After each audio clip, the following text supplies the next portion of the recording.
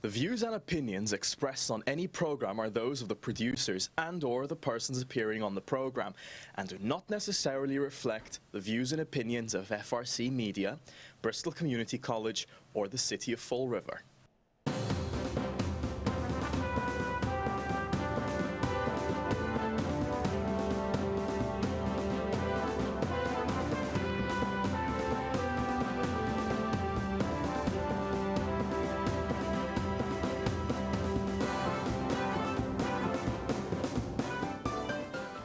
Well, hello. Welcome to Spindle City Straight Talk. I'm Chip. And I'm CJ. And it's Money at the Riv. And here we go. Here we go again. Here we go. Fall River leads the news again. In Boston, Brockton road rage stabbing victim dies from injuries stabbed by a Fall River woman in an incident in Brockton on Friday. So let's just hope when our new economic development coordinator, or whatever euphemisms he has, if she tries to market Fall River to businesses and people who want to buy homes, that they don't read, watch television, and they've been living under a rock for the last 5 years, because otherwise nobody's coming. You know, because if they look at the school attainment levels, if they look at the #1 crime stat in the state and #2 in New England, and stuff like this, it happens virtually at least once a week. Here, and we spread the wealth. Even when we go visiting other places, we manage to bring Fall River into the news. It's happening on a daily basis, it seems. Unbelievable. It's a tragedy. You know, I mean, before, raid roads was normally restricted to the males, but I guess we have we can't be sexist anymore. It's an equal opportunity rage. A binary neutral road rage or something we can call it. Now we can't be gender specific, because now we've got, you know, women stabbing each other. So or this one stabbed the other one, and this is just it's crazy. It's crazy today. And in this city, it's beyond crazy. Well, at least when it's a sad commentary. But what disturbs me more than anything else, CJ, is the fact that this is being, again, totally ignored. Nobody, and especially now in a political season, nobody's going to talk about the carnage that's going out there in the streets of Fall River. Like 15-year-olds carrying guns? 15-year-olds carrying Walthers and people stabbing people and shooting people, and that's not going to happen, because Fall River's a wonderful place. I'm running for office, and my name is Joe Blow. And Fall River's a beautiful place. We're moving forward. Look at the plans the mayor's got. Look at the plan I have. Fall River's going to be Newton, and within 6 months of my election, Fall River will be Newton. Yeah, right. And that's the thing that disturbs me. Look, it is what it is. Fall River's a low-income city. When you get cities with low socioeconomic, a lot of drug addicts that we import, and like our Congress does nothing about health care, does nothing about anything that's consequential to the American working person, the person who pays all the bills. Our city does nothing about stemming the tide into the projects. We continue to have the most public housing of virtually any city in the state, outside of maybe Boston, but Boston by its sheer size. We exceed our mandate, that's for sure. And we advertise for them even outside the state, and we also get all the junkies. I don't see any of our state delegation standing up on a podium in Boston and screaming, this is a statewide problem. Why does Fall River, there are only 2 of those facilities in the state. Fall River, I believe, is the largest. And they continue to try to expand it. Why don't we get one within every geographical area? They should be sprinkled throughout the state, because they can share in the lottery proceeds. They can share in all the good stuff, all the money. They don't play the lottery because they're making $100,000 a year, the average income in these cities. So they don't play a hell of a lot of lottery. They don't need to hit a scratch ticket to be able to buy a car. They share all the good stuff, but when it comes to the bad stuff, stick them in Fall River. Stick all the worst project rats in Fall River. Stick all the junkies in Fall River and let them stay there. So if that seems like it's irritating to me, it is. No, it can't be irritating to you. Come on. No, I mean, it's just it's the lack of, and this is the thing. Here we are in a political season. I want to see how many new people, how many people we replace, and on a state level and on a national level.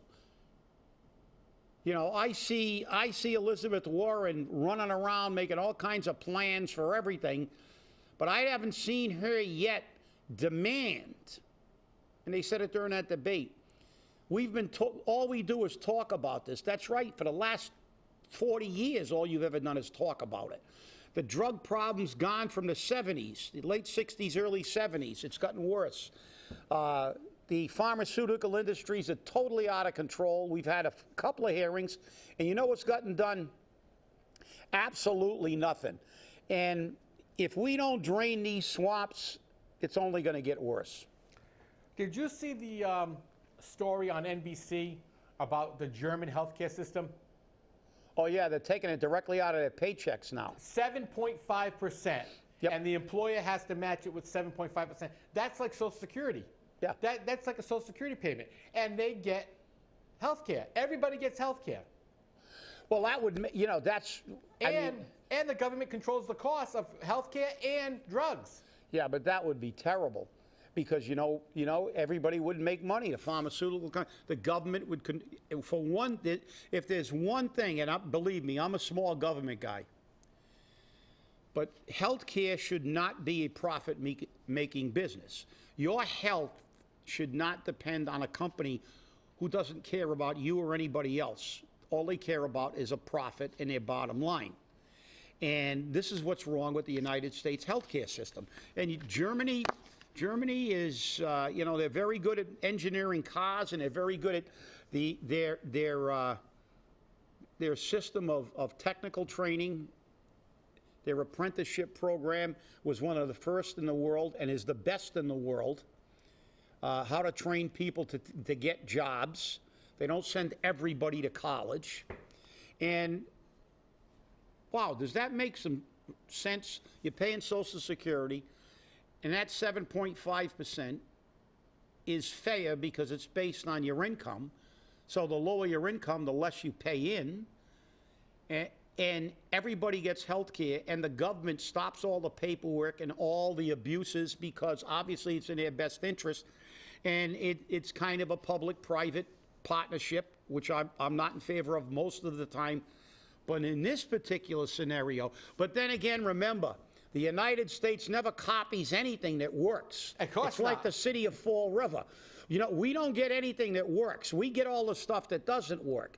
So the United States can look all over the world at healthcare systems that work, and then they'll argue with the debate about, well, that's social. You can't use that. We can't do it that way. Well, why not? Everybody else does. And then they lie about it and say we have to. They also complain. They complain about these people making so much money, but they don't do anything about it. So if this doesn't irritate you, I don't know what does. The interesting thing is, though, and when you look at it, it's very true. Every other country in the world, except for the United States, has drug price control. All of them. They all have drug price control. Yeah. And guess what? We don't. That's why we pay for these other countries. We pay for these medications in these other countries. Yeah, you're right. And, it's got to stop somewhere. Well, remember, our senators and congressmen don't get million-dollar consulting positions when they retire from Congress and millions of dollars pumped into their campaign war chests from other countries. It's pharmaceutical companies in this country. So this is why we pay anywhere from 33 to 150% more for a drug that you can buy anywhere else in the world for that much less. That's why you can buy an American drug anywhere. Go anywhere on the planet Earth outside the United States of America, and whatever drug you're on, you'll get it cheaper. Without a doubt. And I had the statistics, and one of these days on a show, I'm going to bring them in. I don't know if I read them one day on the show, but they're mind-boggling. They have the price of the drugs just in Canada. And I think one of them was like $2,000 for the amount of prescriptions they filled. And if it was bought in the United States, it was $18,000. And it goes on and on like that. And think about that, 2,000 versus 18,000. That's 9 times, 900% more. And they have more security on their drugs. That's right. In their chain of custody, there's virtually no pharmaceutical errors. So it's crazy. And we got a couple things. But now, since we got into this thing about them not doing anything and what they talk about, not only they don't do anything about things, they create problems in this country with their constant pandering and yammering. We've got 10 admit to animal cruelty in Westport Farm, so as far as I'm concerned, they should lock them in a pen. They got probation. Everyone's pissed off. They got probation. There was no... Well, you're right. And what do I always say on the show, CJ? Yeah. They should put the judge in a pen and not feed him. Deny him water. Let him live out give him no shelter. Starve him to death. Give that idiot judge... We have no consideration. Oh, who cares? They're just animals. Well, as Gandhi once said, a society can be judged by the way it treats its weakest and its animals. So if you don't give a damn about people abusing animals, you don't give a damn about people either. These judges should all suffer the same fate of the people who they are totally disparaging these animals. What happened to these animals? It doesn't mean anything to them. It's disgraceful. It's absolutely disgraceful. The sentencing and stuff. Oh, Jesse Slumet, or whatever the hell his name is. That idiot set up a hate crime was perpetrated on him. And, it's not, what did happen? One of the Obamas picks up a call, calls one of the judges and one of the prosecutors that they know, and it goes away. Yeah, there's real equity in this country. We work, we pay more for pharmaceuticals. The congressmen don't pay those prices. They get the best health care in the world. The other little thing I want to, we'll save this one for last. But let me get into my rant of the day. We're talking about them doing nothing, but it's more than not doing anything. They're precipitating many of the problems that we're facing today. I don't know if you saw it, CJ, on the national news. They had some bonehead on there. He started a national, this is going to be a national movement now. He is refusing to pay his student loans. Yes, I saw that. And when the reporter asked him why, he said, I'm in too much debt. And he made the news. What he should have done is make the news in a different way. Why didn't that reporter ask him, were you aware of how much the college tuition was at the college you went to? Well, yeah. Well, you went, and then you secured a loan. If you couldn't afford that college and that debt, why didn't you join ROTC? Well, then you'd have to serve your country. Why didn't you go in the military and get the GI Bill? Why didn't you go to a community college first to save money? Why didn't you get a side job and work for a year or two? No. Just make debt that you know you're making. And unlike a car that you can buy a car and not pay, they repossess. You buy a house, they take your house away. You can't take his education away. Now he's decided that he's in too much debt because of himself. So he's just not going to pay, and he's starting a national movement. Let's nobody pay. And you know who caused this? The libtards in the Democratic Party that are running for president. Because they're already talking about not only having free school, but forgiving all the debt out there. So this guy figures, well, I'm going to be an idiot. I'm not going to pay anything. And by the time they get me If these people get in, they're going to forgive my debt. So I got a free education, and some poor person who went and worked 3 jobs, got a work-study program in college, busted their butt to elevate themselves in their life, gets it tucked in their shorts again. You're crapping all over these people who try to make themselves better and take responsibility for their lives. All the millennials, they don't want any responsibility. They want everything for free. And it doesn't stop there. This kid, he made the debt. Let's not forget that. He created it. He went to that school. It's like you going to the bank and saying, well, I want to buy a house. I can't afford this house, but I'm going to buy it anyway. And then once you get the house, you say, I've decided not to pay, and let's have the government have a mortgage forgiveness. How about a taxpayer forgiveness? Forgive my taxes for a few years. I'll enjoy that. I've been paying them my whole life. And it doesn't end there. Look what else they're doing. First, they accused Trump of creating a manufactured crisis. Now they acknowledge a crisis. But they're diverting the attention. Oh, it's a humanitarian issue. Well, look, they want us to be the policemen of the world. They want us to provide health care to the world. They want us to provide education to the world. They want to set a minute. Well, look, let's be realistic. You're sitting down there in Guatemala, and they're even coming from East Africa now. They're sneaking in the country. Just think about these people. And I have sympathy. They live in really crappy countries, but, you know, that's not my problem. Let them come in legally and educate themselves, and fine. But think about why we have so many people now attacking this nation. And we're not concerned about the attack on the nation. But let's look at, in my opinion, one of the causes of this gigantic influx. Think about this. You're sitting down in Guatemala, Honduras, or somewhere, Brazil, anywhere, you name it, anywhere but the United States, in an impoverished country. You don't have 2 nickels to rub together. You can't feed your kids. You can't get any health care. You can't get crap.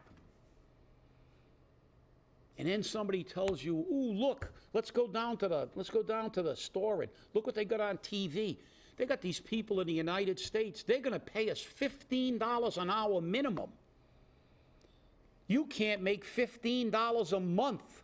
Some of them don't make $15 a year. If we can get in this country, they're going to give us free health care. $15 an hour, no matter what we do. And even if we don't do anything, we may still get a stipend, because they're talking about that too. And on top of that, if we try to illegally get into this country, they're not going to make it a crime anymore. Let's not go there. Let's stay here in a crap hole that we're in. Think about that, people. Think about that. And when these people come, I hope somebody has a town hall in the vicinity of Fall River, because I'm gonna have a ball. They're gonna have to drag me away from that microphone when they start asking for questions from the audience, because I'm gonna ask them.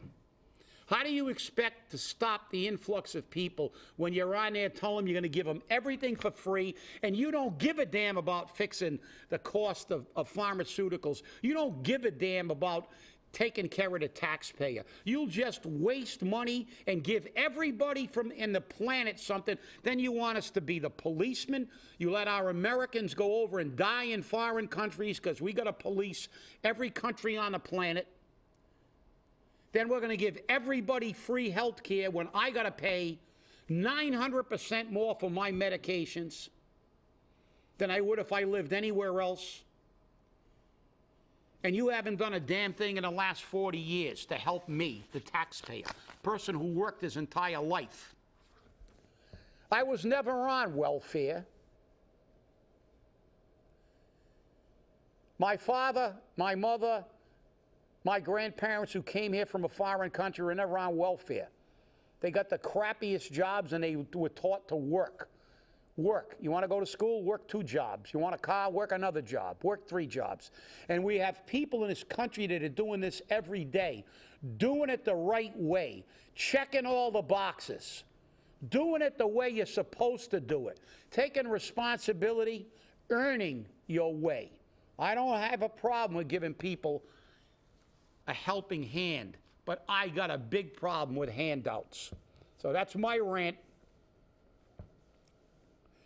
It's interesting because the reason why this jackass is not paying his student loan, because like he says, he's in too much debt, but he's trying to outrun the collections. Yeah. Because there's a period of time that they can collect, and after that they can't collect it anymore. So he's trying to outrun that Yeah, time. the statutes of limitations. Yeah. But you see, he got educated enough to know how to screw the people who gave him the money to get educated. And you know, they're talking about forgiving all the debt. That's $1.6 trillion, not billion.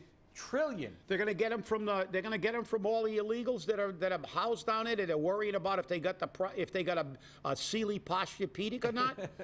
Is that where they're going to get that trillions of dollars? No, they're going to get it from me. They're going to get it from you, because it's pretty sad. There was that old adage. The only thing that's unavoidable in life is death and taxes. It's pretty bad when a taxpayer hopes for death so he can finally get away from taxes. True. Because it doesn't pay to be an average working person in the United States of America. And if they tell you they care, they don't care about anything. They hate everybody that's rich, and they support everybody that's looking for a handout, because that's their voting base. And that's the reality. Because the reality is, when have you ever heard them talk? All they say is, we've been talking about drug. That's like a peripheral issue. They don't even want to know. All they do is pander. Yeah. Du bist Deutsche, ja, ich bin Deutsche. If we had a big German population, they'd be speaking German. It'd look like the International Linguistics and Language Convention at the debate. They're not proud enough of their own nation to speak their own tongue. As Theodore Roosevelt said, fine, be trilingual, be multilingual, I don't care. I respect that. My father spoke 8 languages, but he spoke English in my house all the time. And the reality is that he was proud to be an American. When he went to Europe to fight in a war, he fought for his country. I never heard him once call himself by anything but an American. So, forgive me if I'm disgusted and nauseated with what I see going on in the United States. It's because this was supposed to be a melting pot. Theodore Roosevelt was right in his speech. There's no such thing as a hyphenated American, because that speech begins with, some of the greatest Americans I have ever known were naturalized Americans. It's not that he hated immigrants. He loved immigrants. He loved immigrants who came to this country with a work ethic, who came to this country to better themselves, who took responsibility and took the crap jobs, like the Irish, like the French Canadians, like every ethnic group, the Portuguese, you name them. Every ethnic group that came to this country suffered discrimination, hardships, but they persevered because they had the courage. Do you think the people can you imagine, we wouldn't have a country if this was being newly settled. You imagine the families who didn't have anything. All they wanted was a piece of dirt to make a life. And they got on a Conestoga wagon and went across the country with thousands of them killed by Indians on the way, who died because they couldn't get crops. And we forget, because they talk about how we screwed up everything in the United States. You're right. But I'm going to give you a little, well, it's not a little known fact. It's a fact that should be known by everybody. We're talking about reparations. We killed more Native Americans, and they're not really Native Americans, they came over the Great Ice Bridge from Asia, so let's be clear about that. They were here before us, so we're going to refer to them as natives. They were here before us. We killed more. What killed most of the people in Mexico when the conquistadors landed, CJ? Disease. Brought by us. Brought by us from Europe. What killed more Indians in the United States than Disease. all the 7th Cavalry and everybody else? Disease. And actually, we wanted to control their population so much that we actually handed out blankets. That's right. That were infested with smallpox, I think it was. Yeah, it was smallpox, and they had cholera. They had Right. They had everything. We wiped them out with everything, and it wasn't bullets. They talk about how we destroyed the Indian nation, and we got the cowboy movies with the battles with the Indians. We killed them with diseases. We killed them with our diseases. We were doing germ warfare before germ warfare was a thing. Exactly, and another point that a lot of people don't know. That was the reason that the slave trade was established. Because we had already enslaved the indigenous people of the United States and Mexico. The conquistadors were using them as slave labor until they died. The reason that we had a slave trade was because the diseases killed the slaves we already had. So the reparations have to go back to the original slaves, which were the Indians. So we already gave them the casinos. So forget about reparations. But these are the things that disturb me when these millennials who can't even earn their own paycheck and are living in their mommy's basements and want everything for free don't realize that that's not what this nation was built on. This nation was never built on socialism. It was built on having enough courage to settle a new land. When the Pilgrims came over here, they left everything behind to escape persecution.